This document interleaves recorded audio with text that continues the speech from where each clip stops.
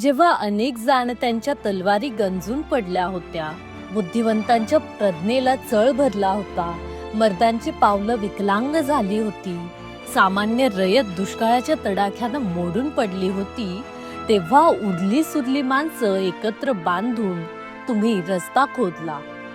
एवढ्या मोठ्या फौजेशी, इतक्या कमी साधनांनीशी आणि इतकी वर्ष दीर्घ झुंज देणारा दुसरा महामर्द शोधण्यासाठी इतिहासाची पानं उलटी सुलटी करावी लागतील. खरं सांगू शंभूराजे, आम्हाला तर वाटतं तुमचा भविष्यकालीन पराक्रम ध्यानी धरूनच आपल्या तुकोबा माऊलींनी केवळ तुमच्यासाठी या ओळी लिहून ठेवल्या असतील. पुत्र व्हावा ऐसा गुंडा, त्याचा तीही लोकी झेंडा.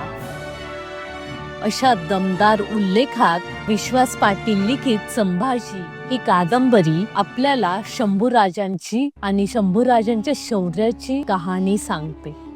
सह्याद्रीच्या निबिड दऱ्याखोऱ्यांनी, सागर खाड्यांनी आणि दुर्लक्षिलेल्या दुर्मिळ कागदपत्रांनी सांगितलेली शिवपुत्र संभाजी राजांची चित्तथरारक वादळी पण वास्तव गाथा याच ठिकाणी शेवटास आली.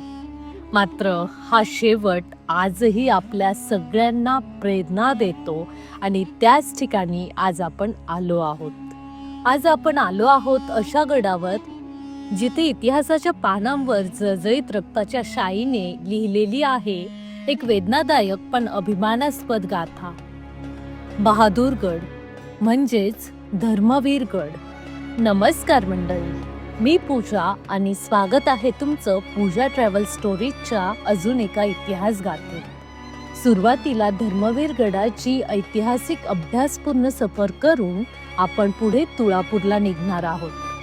आजच्या या व्लॉगमध्ये आपण संभाजी महाराजांचा शेवटचा काळ ज्या ठिकाणी व्यतीत झाला त्या दोन्ही ठिकाणांना भेट देण्याचा प्रयत्न करणार आहोत. चला तर मग सुरुवात करूया आजच्या या ऐतिहासिक गाथेला.